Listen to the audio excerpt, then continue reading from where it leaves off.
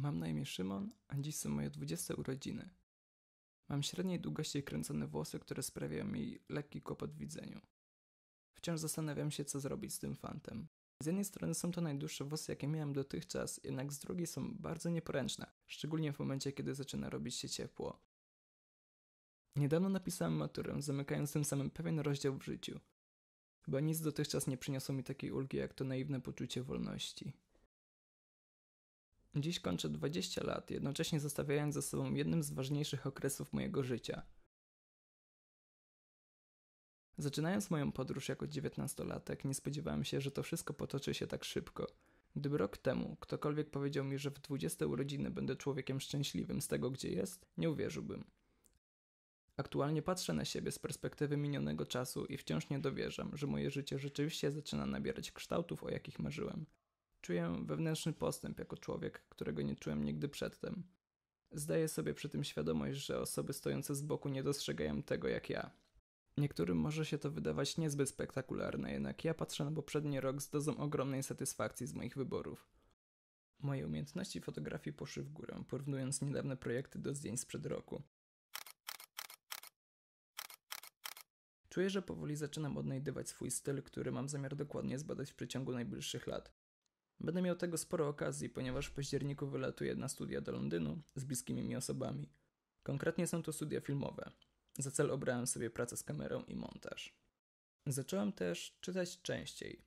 Przeczytanie książki nie zajmuje mi już pół roku i dużo bardziej utożsamiam czytanie z przyjemnością, aniżeli wymogiem do stania się bardziej elokwentnym. To samo tyczy się filmu i muzyki. Stałem się dużo bardziej otwarty na nowe rzeczy. Bywam przy tym lekkim arogantem, ale pracuję nad tym. W 2019 również zobaczę najwięcej miejsc na świecie, które nie są jedynie dzielnicami mojego miasta. Nigdy nie miałem wystarczających środków i możliwości na podróże będąc w szkole, dlatego jest to dla mnie dość spora zmiana.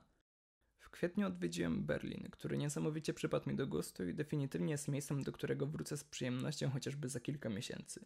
We wrześniu wylatuję na 2-tygodniową podróż do Włoch z moją dziewczyną. Mamy w planach małą objazdówkę, zaliczając po drodze kilka większych i mniejszych miast. Do tego dochodzi wspomniany wcześniej Londyn. Naprawdę odczuwam podekscytowanie na samą myśl, co może mnie czekać za jakiś czas. Muszę jednak zachować zimną krew i robić to, co przyniesie mi spełnienie, żyjąc przy tym ze sobą w zgodzie. Ostatni rok był także okresem, w którym bliżej poznałem moją drugą połówkę. Patrycja jest najpiękniejszą osobą, jaką poznałem w każdym możliwym tego słowa znaczeniu.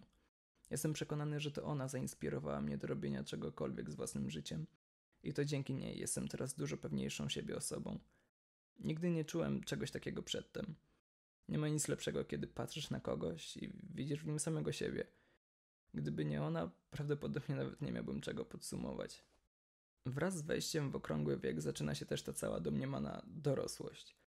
Wprawdzie do Londynu wylatujemy dopiero w październiku, jednak już od czerwca wprowadzam się do Poznania na 3 miesiące.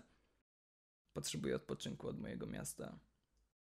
Nie wiem za bardzo, jak czuć się z tym wszystkim. Z jednej strony nie mogę się doczekać nowych przeżyć, z drugiej zaś czuję dziwną nostalgię, mając świadomość, że zostawiam za sobą dużą część siebie. Jedynym zmartwieniem, które aktualnie mnie trochę przygnębia, jest wciąż pogłębiający się introwertyzm. Nie czuję się z tym źle, jednak tęsknię za czasami, kiedy łatwiej było mi rozmawiać z innymi. Na pytanie, czy jestem zadowolony z tego, gdzie jestem, odpowiedzią jest tak. Mam nadzieję, że za rok będę mógł powiedzieć to samo. Nigdy nie czułem potrzeby celebrowania urodzin w jakikolwiek sposób, ale dzisiejszy dzień wydaje się być dla mnie rzeczywiście wyjątkowy.